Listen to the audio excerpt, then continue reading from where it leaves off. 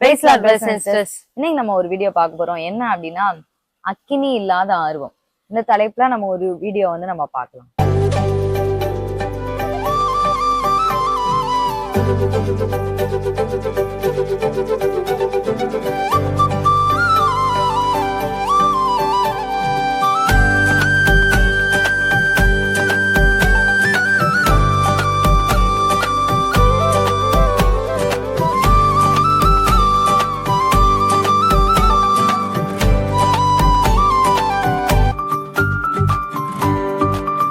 அதாவது நிறைய பேத்துக்கு பாத்தீங்கன்னா, ஆண்டவருக்காக நம்ம ஏதாவது செய்யணும் அப்படின்ற ஒரு ஆர்வம் இருக்கும். ஆண்டவர் என்னை எதுலயாவது பயன்படுத்தணும் அப்படின்ற ஒரு ஆர்வம் இருக்கும். நிறைய ஆண்டவர் நான் வந்து நிறைய பேர் பரலோகத்துக்கு கூட்டிட்டு போகணும், இல்ல அப்படி பண்ணும் இப்படி பண்ணும், நிறைய வந்து ஆர்வம் வந்து இருக்கும்.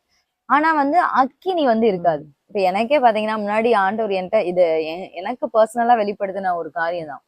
உன்கிட்ட நிறைய ஆர்வம் இருக்கு, ஆனா உன்கிட்ட அக்கினி இல்ல, அதனாலதான் உன்னால நிறைய காரியங்கள் செய்ய முடியல அப்படின்னு சொல்லி ஆண்டவர் வெளிப்படுத்தினார். அதுக்கப்புறம் தான் எனக்கே அந்த புரிதல் வந்து வந்துச்சு.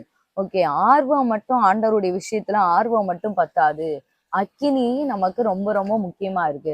ஏன்னா இப்ப பிசிக்கலா நீங்க ஒரு ஒர்க் பண்றதுக்கு வந்து என்னன்னா பேஷன் தான் முக்கியம் சொல்லுவாங்க. எந்த ஒரு இதை எடுத்துக்கிட்டாலும் உங்களுக்கு பேஷனா நீங்க இருக்கணும், பேஷனேட்டா இருக்கணும், நல்லா நீங்க ஒர்க் பண்ணணும் அப்படின்னு சொல்லுவாங்க. ஆனா நம்ம ஆண்டவருடைய ராஜ்யத்தை கட்டுறதுக்கு அவர் வேலைக்கு நம்ம வர்றப்ப, நான் சொல்றது முழு நேர ஊழியத்தை மட்டும் சொல்லல, அவருக்காக நீங்க என்ன ஒரு பிரயாசப்பட்டாலும் நான் சொல்றேன், அவருக்காக என்ன ஒரு பிரயாசப்பட்டாலும் வெறும் பேஷன் மட்டும் பத்தவே பத்தாது. அதுக்கு வந்து ஒரு ஃபயர் வந்து கண்டிப்பா தேவை.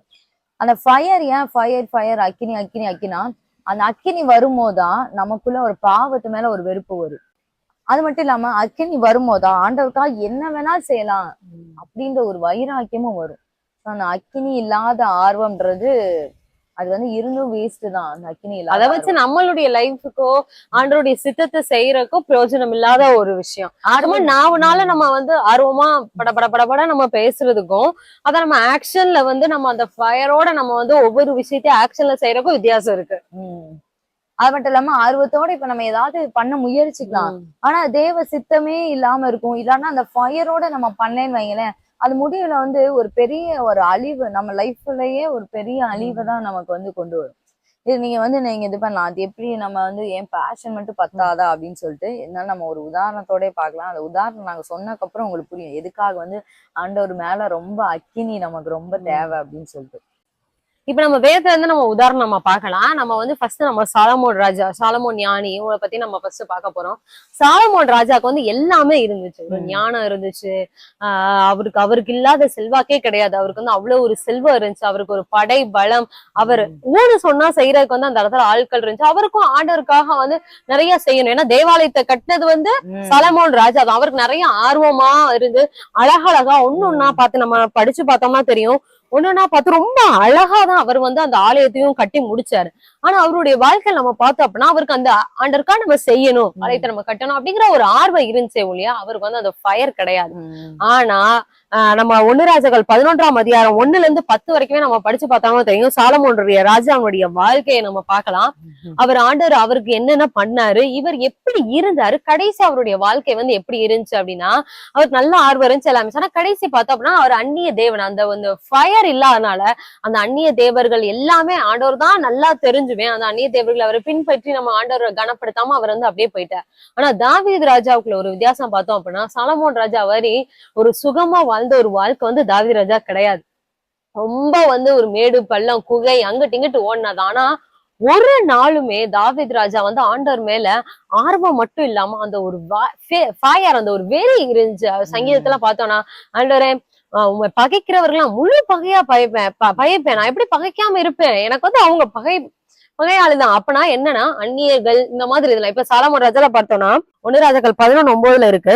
ஆகையால் இஸ்ரவேலின் தேவனாகிய கர்த்தர் சாலமோனுக்கு 2 விசை தரிசனமாகி அந்நிய தேவர்களை பின்பற்ற வேண்டாம் என்ற கட்டளை கொண்டிருந்தும் அவன் கர்த்தரை விட்டு தன் இருதயத்தை திருப்பி அப்படின்னு சொல்லியிருக்கு.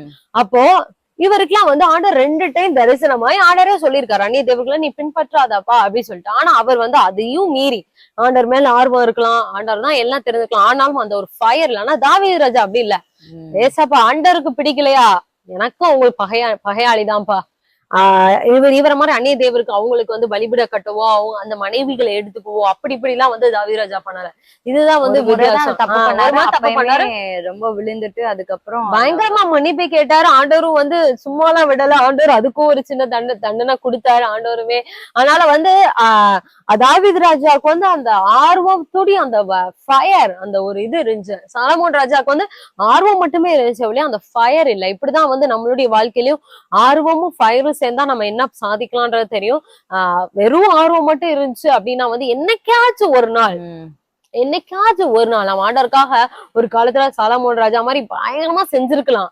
ஆனா என்னைக்காச்சும் ஒரு நாள் வந்து ஒரு சின்ன விஷயம் வந்து நம்மள அப்படியே வந்து திசை மாதிரி நம்மள கூட்டிட்டு போயிரும். அது அக்கினி அதுல இல்லாம அடுத்த வசனமே இருக்கும், தாவீது ராஜாவையும் அவரையும் கம்பேர் பண்ணி சொல்லியிருப்பாங்க. 1 ராஜாக்கள் 11ஆம் அதிகாரம் 6ஆம் வசனம் பார்த்தோம் அப்படின்னா, சாலமோன் தன் தகப்பனாகிய தாவீதை போல கர்த்தரை பூரணமாய் பின்பற்றாமல் கர்த்தரின் பார்வைக்கு பொல்லாப்பானதை செய்தான்.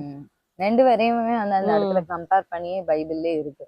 சோ அதனால ஆனா வந்து சாலமோன் ராஜா மாதிரி அந்த காலத்திலயும் சரி, அவரை மாதிரி ஆலயம் கட்டவங்க யாருமே கிடையாது. அதுக்கப்புறமும் இப்ப வரைக்கும் அந்த ஞானமும் ஆண்டவரே சொல்லியிருக்காரு. அவரை மாதிரி ஞானியும் கிடையாது. அவரை மாதிரி அவர் ஒரு ஆண்டவர் தேவனுக்கு வந்து ஒரு ஆலயத்தை கட்டின ஒரு நபர் யாருமே கிடையவே கிடையாது. அந்த அளவுக்கு ஒரு ஆர்வத்தோட தான் கட்டினாரு. ஆனா அவருடைய வாழ்க்கையில அக்கினி இல்லை. இன்னைக்கு அப்படிதான் நிறைய பேர் பாத்தீங்கன்னா இசுவாக்கா நான் ஏதாவது செய்யணும்னு சொல்லிட்டு ரொம்ப வந்து பேஷனா வந்து இருப்பாங்க. ஆனா அவங்க கிட்ட வந்து அந்த ஃபயர் இருக்காது.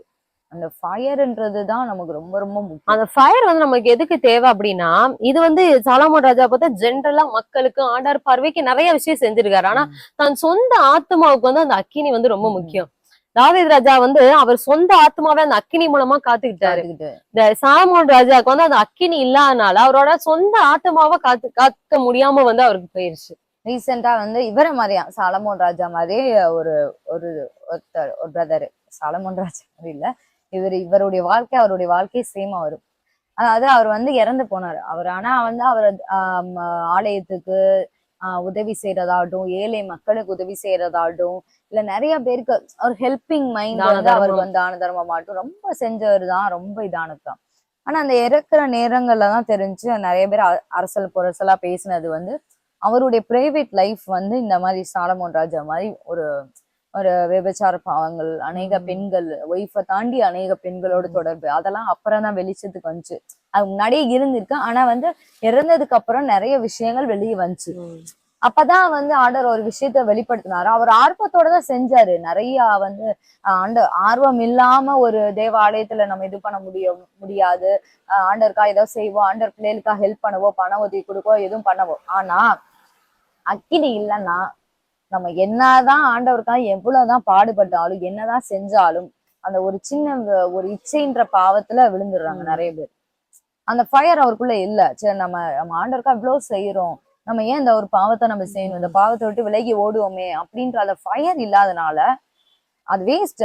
அவர் செஞ்ச அத்தனை ஆர்வங்களும் ஆண்டவர் பார்வையில ஒண்ணும் இல்லை, அந்த இடத்துல இருக்க மாதிரிதான். கர்த்தரின் பார்வைக்கு பொல்லாப்பானதை செய்தான் அப்படின்ற மாதிரிதான் இருக்கும்.